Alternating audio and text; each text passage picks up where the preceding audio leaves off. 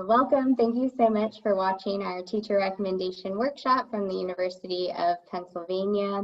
Before we dive into our information today, we would like to do our land acknowledgement, which is really a sign of respect. Penn occupies the traditional homelands of the Lenape, and Penn acknowledges this fact and expresses gratitude to the Indigenous people, both past and present, for the opportunity to live and learn on and through Lenapehoking, land of the Lenape. My name is Andrea Buchanan. I'm one of the admissions officers here at Penn, and I'm joined by my colleague Emily, and I'll let her introduce herself. Hi everyone, my name is Emily Fry and I'm another admission officer, and we are so excited to be able to provide you some more information about the teacher recommendations and how we use them throughout the process.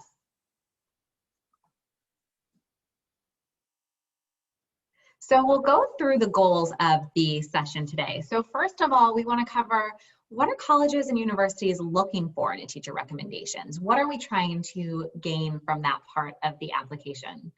We also want to talk about what we see as a successful teacher recommendation and how that is structured. And then we'll give you some tips for how you can get additive content for those recommendation letters. So how you can make the best letters possible for your students. And before we dive into that information for yourself, we do want to provide the context that students are hearing as they are going through this process. We get so many questions from students on, what should I ask for in my teacher recommendation? Who should I ask? And we want to make sure you know what they are hearing as they're finding out this information. So what you're seeing here is a combination of the advice that we provide students both in our information session and on our website about what we are looking for, what we require, and kind of who we can suggest to them to ask for these letters of recommendation so they can be a really positive part of their admissions process. So when it comes to the process of writing the letters, there are a few questions you'll want to ask yourself ahead of time. So first off is, how many letters can I realistically write each year? You might teach a few different sections of an 11th grade course, and so there might be more students interested in asking you to write a letter than you can possibly handle. So really think what is feasible for you, and then going through that, how much advance notice will I need from students? So if you're committing to write a lot of letters for these students, you'll want to think about how much time you need to really be able to do that effectively. You'll also want to ask yourself, what will I need from each student? Are you going to ask for them to fill out a teacher recommendation request form? Are you going to ask for a list of colleges they're planning to apply to, their resume? What information are you going to ask them to provide you so that you can really write the best letter of recommendation possible for them? So, and another thing as things are getting started is to have that conversation with students who are asking you for letters of recommendation. It can be really helpful in asking them sort of what are their goals, what might they be looking for to get out of their college experience, so that you can talk about what they've done so far to get to that point. Taking about 5 minutes, whether it's a quick conversation in person or through email, can really help elicit that information that will be very additive to the letter later. It also gives you a chance to reconnect with the student and make sure that they know why they are asking you, and for you to hear kind of why they are interested in including your voice in their application. Sometimes it can lead to a further conversation and helping the student to reflect, who is going to be a really positive person to represent them through the process, and helping them best identify their characteristics.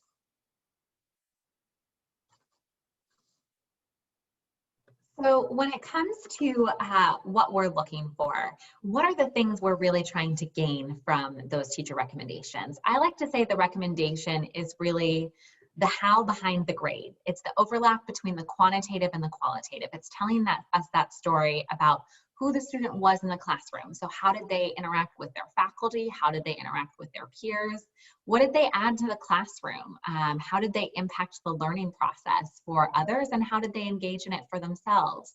And then also, how did the student face obstacles or setbacks within the academic experience? And finally, how that student might compare to peers and other students throughout their career. So those are some of the things we're really trying to gain from those letters of recommendation. So as you're sitting down to kind of write these letters, it's important to think about how you start. Really set the scene for us so that we know what we will be getting later on.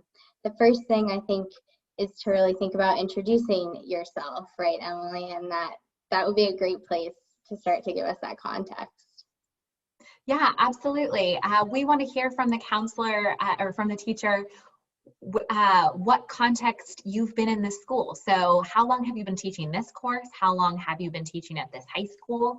Where have you taught before? Really allow us to understand who you are in the context of this school and this classroom. And then let us know if you serve any other roles in the school, especially if you've gotten to know the student through those other roles. Maybe you're an advisor to a club that they're a part of, you are the dorm parent in their housing, and if it's a boarding school, there might be a lot of different ways you've gotten to know the student. And if there are those other contextual pieces, please be sure to let us know. Perfect. And then we want to get to know a little bit about your classroom. So introducing kind of your classroom, what is the setting? How are students kind of learning in their space with you? Is it a largely discussion-based classroom? Is it more lecture style? Are you driving the conversations, or do you really expect the students to carry on those conversations and drive the learning? Also letting us know if there's anything that you really think is unique about your classroom or special requirements in teaching styles, that can help us further understand kind of the academic setting that students are in with you day in and day out. And then we want you to introduce the student. So how long have you known this student and in what context? So it may be this student was in your homeroom in 9th grade, but you didn't teach them until 11th grade, but you got to see a little bit of that difference in them across 4 years. Perhaps, like I mentioned, maybe it was in some advisory capacity through a club, and then give us a general thesis of what you'll be telling us in the rest of the letter to just really set the tone of what you're trying to convey about the student. And I always like to point out here that I think that you could write a whole page introducing all of these topics, but we really just need a few sentences on each. So you don't have to paint the entire background picture, but giving us a small snapshot can really help us frame the rest of what we're going to read in your letter, because you are going to start considering these different questions and providing that context. And one of those big ones is, how do the students interact with their peers? These questions are things that we hope that you'll answer through your letter, but we're not expecting to see an answer to each and every single question as we're reading their letter. So use these as kind of guidelines as you're going through, but know that we're admitting a class of students to come together and to learn from each other. And so understanding how they interact with those students in their class right now is really important as we see them in our community in the future. Then we want to know, how does the student engage in the learning process? Are they intellectually curious? How do they meet your classroom requirements? Are they making connections across disciplines? And then how do you imagine the student learning in college? And so every student might engage in the learning process in slightly different ways. And so there's no one style of that engagement that we're looking for as admission officers. I like to say it takes multiple instruments to make up a symphony. And the same goes for making a class at a college. We're looking for all different strengths and people of all different sort of academic backgrounds and interests. And it goes just the same for how they engage in the classroom. And also we want to know how the student has impacted your classroom. You know, are they the leaders of discussions? Do they maybe they're not the first person to raise their hand, but when they do contribute, it's something really powerful. And how would you kind of imagine them being in the situation of a college or a university classroom? A little bit of your knowledge, since you see this student day in and day out, helps us as we're trying to envision what they might be like in our classrooms. One of the things that is really important for colleges and universities is to understand how a student responds when they're challenged. Most students, when they go to college, wherever they end up, they are going to be challenged in the type of material, the learning style, the fact that they have more free time than in high school. And so we want to know, when a student is faced with a challenge like that in high school, how do they respond? A lot of times students think, or even teachers think, well, I don't want to note that a student struggled with anything because it might make them look like they had these deficiencies. And that's really not the case.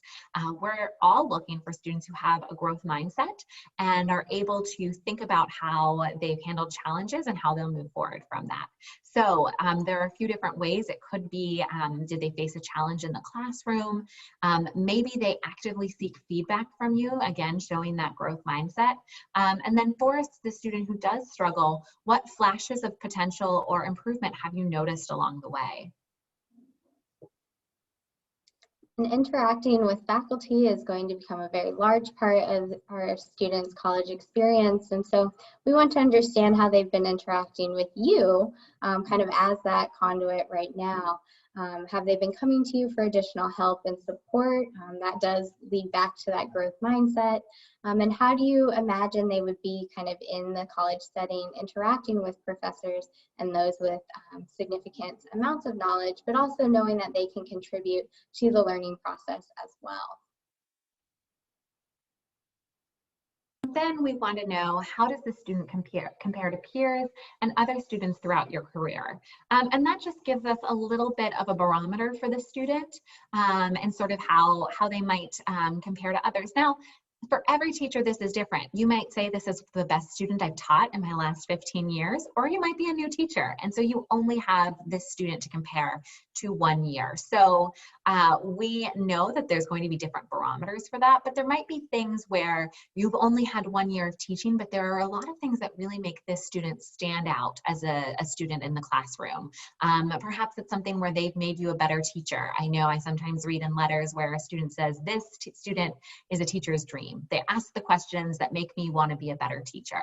And so there are ways you can sort of give us that barometer without having had a long-standing career in the field.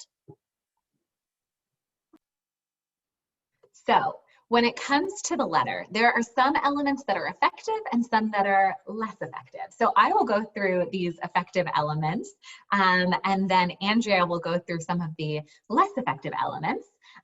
So number one, be brief. A fun fact about the recommendation letters: feel free to use bullet points. We know that you teachers are wonderful writers, and so you do not need to feel like you have to prove your writing ability. We don't need all of the connector phrases. Like Andrea mentioned with that introduction of your context, who you are, the classroom, how you know the student. You don't need to think of a creative way to connect all of that in a beautiful paragraph. You can do bullet point. Here's my context and introducing me. Here's introducing my classroom. Here's introducing the student. So bullet points really can be effective as long as they're detailed and they're giving us all that information, but it does take some of the pressure off of you from having to feel like it really needs to be this super polished piece of writing, piece of prose, and instead it can be the bullet points of who the student is and who they've been in the classroom. Then we want you to keep the focus on academics. So maybe you know a student from your role as their advisor for Model UN, and so you want to include that in the letter of recommendation. That can be really helpful, but don't just list the resume. So if you haven't been an advisor for any of the students' clubs, don't then tell us, and they've done this in the school and that in the school. We're able to get that in a lot of different places of the application. So really try to keep the focus on academics. Now that's not to say you can't include those pieces of who they are in the school community. That can be helpful, but if it's just a rote repetition of their resume, that's not going to add really anything new to the application. And like I said, we can find that elsewhere. Then we want you to really be specific. So tell a story. And so we see things, and Andrea will cover this a little bit, but we see a lot of letters where they'll say, this student is a really hard worker, period. End of sentence. And again, we see a lot of students, most of the students in our applicant pool could probably be described as hard worker. What is effective is when you say this student is a really hard worker, and let me tell you how. Here's how they engage with the material. Here's how I know they've been doing this practice work over each evening. Here's how they come in to meet with me. It's really, if you're going to use an adjective, you always want to give the adjective and then the example that can really back that up, because it makes it much more meaningful to us, especially again, when you can really tell that story and make the student come alive. And then the last thing is to be honest, and to really tell us who the student is. Don't feel you need to over embellish who the student is. Really let us know who they are. And again, it sort of goes back to what I mentioned with that challenge piece. Sometimes students and teachers worry, well, if I mention a challenge they faced in the classroom, will it make them seem less than? And absolutely not. So the fuller the story you tell and the more authentic it is, the more it rings true to us in the process. Great. So in contrast to some of those really effective elements, these are some elements to be aware of, things that we see quite frequently throughout some teacher recommendation letters that aren't necessarily bad, but may not really provide that push that you're really looking to support a student with. So form letters are an example of something that's not quite effective. Now, this isn't to say that you can't write a similar style letter for each student. You know, there's certainly teachers out there that get lots of requests every year. And if you have a format that works for you in the way that you write these letters, continue to use that. However, make sure you're really specifying each letter to each student. Make it specific and make sure everything matches. Where form letters can get a little tricky is where generic praises are given to all of the same students. We might see a mismatch between names and pronouns that are being used throughout the letter. We might see two different students' names in the same letter. And form letters, you know, they limit the amount of specifics that you really can provide. And so be mindful of those things. Again, if you have a method that works for you and you like to do that, that's great. But know that we may see lots of applications from a certain school, and if there's a particular teacher that writes a lot of letters of recommendations for students, we're going to see all of those very similar letters of rec, and we're not going to compare the letters of rec to each other, but we will notice when we're seeing a lot of the same things. So just keep that in mind, and hopefully it'll make it a little bit more interesting for you if you get to change it up here and there as you're writing. Another point to be wary of is repetition. Like Emily mentioned, we are going to see those accomplishments that are typically included in students' resumes in different parts of the application. And there's no need to let your small economy of words that you have really in these letters of rec to be used on something we're already going to see in other places. So no need to summarize the resume or to list current course grades. That's something we will see in the transcript as well. And if you feel as though you do want to give us a little bit of context as to what the curriculum is that you're teaching, that's great. We ask that, you know, being brief about that will allow you to talk more about the student. If we need to know what specific books were being read, we certainly can reach out and ask for that information. But we have a pretty good grasp as territory managers on what is being taught in classrooms and what our students are interacting with as they're coming into our pool. So no need to repeat your entire syllabus in the letter of rec either. And then these last things that we want to touch on are the hollow adjectives, right? The hard worker, the quiet leader, the student that loves to learn.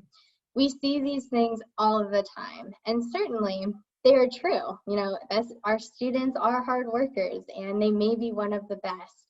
And this is not to say that you can't use them, but give us the how and why of why you're connecting this adjective to a student. That makes it more specific, it makes it more meaningful, and it can really help lift that student up. We see this is the top student in my career often, but if we see that for every student from a school, we're going to question kind of, you know, what does that really mean? And they might be an excellent student and you are so lucky if you have a whole class of excellent students. We hope that you all have lots of classes of excellent students. But really think about distinguishing a student with how and why in their actions in your classroom, to kind of elevate those adjectives to not be hollow, but be something that's really meaningful to the students that you're connecting them with. Now, one of the things that might be helpful for you as you start to write these letters of recommendation is to have a recommendation request worksheet. So you can have students who plan to ask you to write a letter of recommendation to fill out this worksheet. And so part of it is it requires students to be thoughtful about why they're asking you for that letter of recommendation. So for them to really point out, perhaps this class is where I discovered a love of the subject that I plan to major in college, or I felt I really grew as a student over that period. So one, it helps the students think really critically about why they're asking you, and it might be they're in the process of filling that out and they get to, I don't really know why I'm asking. And so it might cause them to really reset as to who's the best fit to ask for this recommendation. And then it also can be really helpful for you as you go to write that letter. So you can ask students to reflect on their experience in the classroom. Maybe you have a wonderful memory and you are able to remember everything the student brought to the classroom, how they changed over the year. But this can be a helpful way to jog your memory. So here we have a sample worksheet and some of the questions you might want to ask. So again, why did you select me to write this recommendation? And then think about this class you took and what is distinct about you that you might want me to emphasize in a letter. Also, what was your favorite part of the course and why? What was the most challenging part and how did you respond? And then do you have any specific academic aspirations and career interests you would like the teacher to share? And so all of this is helpful. Now, don't just copy and paste what they've put in there as the recommendation itself, but it can be helpful to jog your memory and really think about, oh yeah, I do remember Timmy told me about his interest in biomedical engineering, and so this really was how the class related to his interest there. And so they can be really helpful to jog your memory and be able to pull all of those pieces together. So now that we've sort of covered the context of letters, why we use them, what we're hoping to gain out of them, we know that there are common questions we get from teachers and counselors about these letters as they're going through their process. Everyone is trying to put their best foot forward. We all want to help students. And so Emily and I are going to take a few minutes to kind of cover some of those really popular questions that we get. And the first one, which I'll toss to Emily, is what is the appropriate length for a teacher recommendation? So the appropriate length is the length it takes in order to tell the student's story. Now, that being said, quality over quantity. You don't need to send us a multi-page single space letter of recommendation. In fact, we would ask that you not. But I think some of that goes back to what we were saying about formatting. You can choose to use those bullet formats, which allows you to make better use of the space, and you don't need to give quite as much of those connecting context. Now, again, the bullet points should not be hard worker, diligent, etc. It should be those fuller stories we talked about. But it really is going to depend on the student and what you have to say about them. But usually I think we can say 1 page is a great letter of recommendation.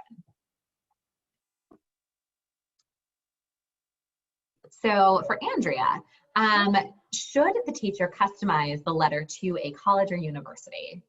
This is a great question, and this is something that we might have seen or come across when we're reading different letters. What's important to note is that many times students are requesting you to write a teacher recommendation that's going to be sent to many different institutions.